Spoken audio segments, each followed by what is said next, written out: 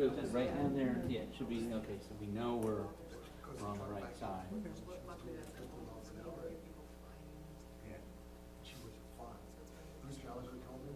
Good opportunity. Good for me for next year. Hey, how you doing? Alright, Week presidents cool. will give next year. So they took her out and they let her go home that night, no problem. Thank God. Sarah's ready to roll? All right, I'd like to bring the Mount Olive Township Planning Board public meeting for Thursday, July 9th, 2026 to order. Would you all please rise for the Pledge of Allegiance? I pledge allegiance to the flag of the United States of America and to the republic for which it stands, one nation, under God, indivisible, with liberty and justice for all. Thank you. Sarah, would you please read the Open Public Meetings Act statement? Yes. In compliance with the Open Public Meeting Act of the State of New Jersey, adequate notice of this meeting has been given to the Daily Record, West Morris Reporter, posted on the Mount Olive Township website, and posted at the municipal building. Thank you. And roll call? Okay. David Scapicchio is excused. Brian Schachter is excused. Ken Ferlenza is excused. John Batch? Here. Catherine Nataflusi is excused. Rafael Ruggiero? Here. Dan Nelson's excused. William Gallup? Here. Jamie Shanafay? Here. Eric Bradley? Howie Weiss?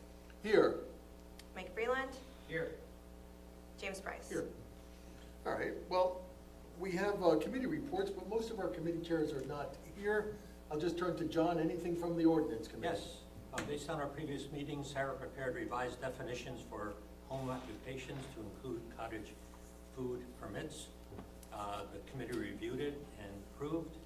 First reading was, document took place on Tuesday's council meeting. The vote was in favor. Ordinance will be on the second reading on July 21st, and Sarah's trying to schedule a follow-up meeting for the committee within the next few weeks. Perfect. Thank you. Sarah, we don't have a date yet for that, do we? We were looking at either Monday, Tuesday, Wednesday. Looks like Tuesday is kind of. For this week coming up? For What's the it? coming week. But. Just remind me. Yep. Thank you. Thank you. I don't have anything for street naming. Jim, anything legal? Nothing. Mike, anything, No. engineering? Sarah, anything administratively? All right. So we don't have any resolutions, and before we, They're just not revised, but I haven't given them half in advance. okay. I'm so actually caught up, it's just I just didn't get them to Sarah. Okay, is it something that we could sign tonight, or? You know what, I like to give it to the board in advance. Okay. And, I could see you have markups on it. yeah, we're checking I'll go to on the shop. our Ismail and soon. I don't think that we're gonna have any type of problems. Okay. All right, so we'll address those in August. All right, and so before we get into our agenda tonight, I just want to announce that if anybody's here for application 26-12, which is for the Museum of Whimsical Art at 169 Smithtown Road, that meeting will be carried without any further notice until August 20th, 7 o'clock p.m. in this room. So if anybody's here for that, it won't be heard, and there'll be no further conversation about it. And with that being said, let me introduce our loan application for the evening, which is PB 26-11. Is it Walkie? Yes. Walkie. Here for a C variance, side yard setback, maximum lot coverage for the property at 10 New Street, which is block 3309, lot 3. What I'll do is I'll have you guys come up. I'll swear you in. It's Dan and Danielle, correct? Would you mind if my wife stays here? She's having a issue with her. She does, that's fine, that's fine. I'll just swear you in. Pardon? I'll just swear you in. If you'd raise your right hand, you don't need the Bible. Oh, look at this, I'm already nervous. Don't be nervous. Do you swear or affirm that the testimony you're about to give this board is the truth, the whole truth, and nothing but the truth? Yes. Please state your name and spell your last for the record. Daniel Wolpe. Thank you. Dan, have a seat, get comfortable. And you know, it's very common when homeowners come up in front of the planning board and you're entering a process that you don't really know much about. So relax, we're here, we're just gonna have a conversation. So part of what we do here tonight on a C variance is we're looking to create a record, to talk about what you're here for. So why don't you start just very informally, tell us what's happening at your property now, what you want to do, and why you're asking for the variances, and we'll guide you through it to make sure that we have what we need. Perfect. So, basically, we just want to do a very modest addition on our house. We want to extend out the living room, which will also, kick out our kitchen, take down a wall, so on and so forth, but we just want not the property, we want the house slightly larger than what it is. It is a very small house. The lot that it's placed on is very narrow and long, which kind of causes issues because our house is set so far back. Literally, I think we have 10 or 12 feet behind our house. We have like no backyard. Now, why that's important is because that causes our driveway to stretch the entire length of our property. Our property, I believe, is zoned for a R4 or something, R4 zone, which only gives us 30% lot coverage allowed. And a lot of that is being taken up by that driveway. Honestly, that driveway is probably taking up more than the house itself is currently. The other issue that we're having is the side yard setback. Side yard setback. The current law is 12 feet off the side yard, but the house is already non-conforming. It's, I believe, 10 feet 4 inches, 10 feet 3 inches roughly. And we're not asking to encroach on that any further. We're just asking to extend what's already there. Lastly, what I have here is the lot's already non-conforming by today's laws. I believe an R4 zone is supposed to be 10,000 square feet, and mine is only 6,000 square feet. So I'm not asking for anything too abundant, just a slight relief here that you guys allow us to increase the lot coverage slightly up to less than 35%, as well as allow us to just build forward on one side that will maintain the same side yard setback. Sarah, when I look at the survey, Yes. is this what they call like a zero lot line? I can't really differentiate the property line from the building envelope. It's not a zero lot line. Yeah, right, obviously not because of the 12-foot and 10-foot, but it It's looks not- pretty close. It's a tight lot line. It's not a zero lot line. Those are buildings that are basically touching each other. Oh, okay. Talk about your property, compared to the rest of the neighborhood. Is your house much bigger, smaller? Is your lot similar to the other houses? And again, I think we know the answer, but we're gonna create a record. Of course. So, The two properties that are next to mine are, I believe, the exact same lot size.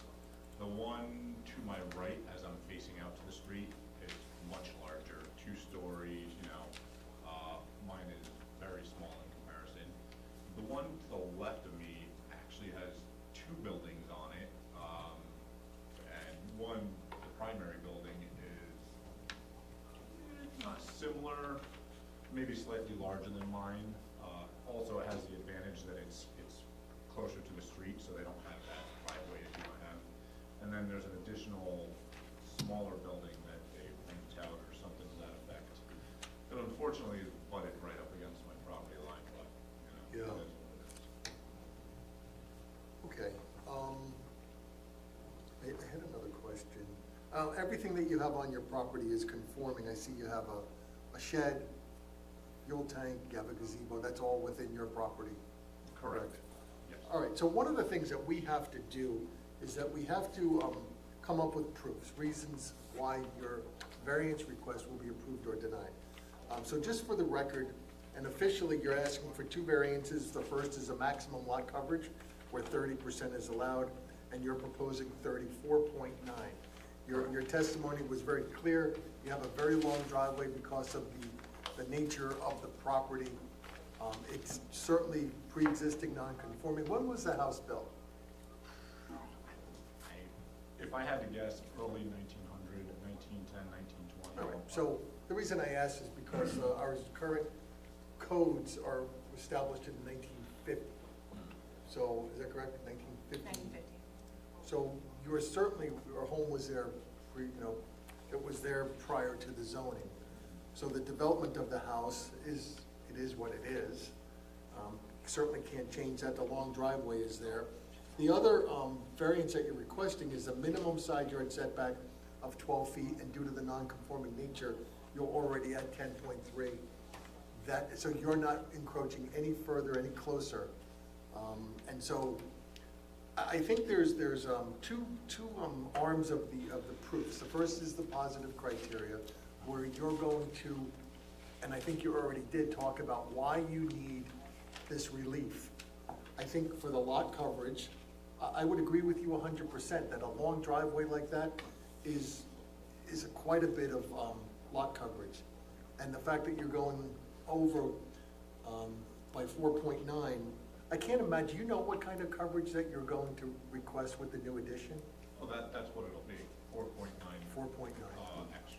So it's kind of a very small and slight, and again, if the house was closer to the road, it's so by nature of the property, I would say that the positive criteria has been met. Because otherwise we're looking at things like irregular shape or steep slope, and I know the street, it's pretty flat. Yep. Your lot is pretty rectangular, so this condition, you don't have control of it, pre-existing non-conforming, I'm happy with that. So if anybody has anything to add, let me know. When we look at the other side, which is the negative criteria, it's your obligation to tell us that your plan will or will not have any negative effect on the zone plan that Mount Olive Township currently has, which is residential. So my question to you is, number one, do you think that your project will have any negative detriment to your neighbors? Nah, I've already spoken to my neighbors, they're not concerned about it. Additionally, the fact that I do probably have the smallest house on my street, they're happy for us that we're gonna make it nicer, because it improves the neighborhood, Yep. You bring a smaller house that was realistically a lake bungalow, a little more up to date, and, make it nicer, just makes the neighborhood nicer, so I don't believe that it'll have any negative effect on the neighbors. And by putting in an addition on your home, we all want to make sure that projects that get built stay in the nature of the zone plan. So a residential zone should have residential amenities, a house, a deck, a porch, swing set, swimming pool. So by your addition, by your, Mention a swimming pool in front of my wife. okay, we'll come up with a code, with the code. I'm Oh, sorry. yeah, you can't I put couldn't a help pool, myself. can't put a pool in the front yard, sorry. I made that up, so. So would you say that your plan will have no negative detriment on the zone plan being residential? Yes, I believe there will be no negative impact on the zone plan being residential and what I plan on doing. I don't disagree. I think an addition on a small home is certainly something we can expect. I think the de minimis increase in the lot coverage is something that I think we could support. I don't know if anybody has any comments, questions. Just to quantify that, I think you would ask the question, looking at the zone table, you're looking at about 140 square feet of additional coverage. Okay, it's rather modest. Okay. Dan, do you have anything else you want to say? Nah, I'm good. Fine. Is Totally the fine. addition gonna be finished similar to match the rest of the house? Yes, to an effect. We want to put a stone facade up front because one of our neighbors has it and it looks good. So But, it'll be yes. keeping with the character of the neighborhood. Actually, yes, that's accurate. I think one of the things that we try to make sure, Mike, that's a good point, but, we have seen it, is that all of a sudden there's a bright red roof. And, I hate to laugh about it, but we've seen it. So the question is there, the record shows that you'll be finishing your home or your addition with something that is expected to be seen in a residential neighborhood. Absolutely. Yeah, go ahead, Ralph. Just for full disclosure, I used to own the home next door on 12 New Street and sold it probably about 5 years ago. And I believe the Wolkes have been there since and have made nothing but improvements in the neighborhood. And from what I know about the block, it's definitely conforms to the rest of the houses. Yeah. All right, and I think that's good. Anybody else have any questions? Let me open it to the public. If anybody from the public has anything they wanted to add to the conversation, I see nothing from the public. I'll close it to the public. And let me turn to the planning board. If somebody on the planning board would make a motion on this application, Motion to approve? and that's application PB 26-11. I'll second that. Second by Bill, so, motion made by Ralph, second by Bill. Any comments?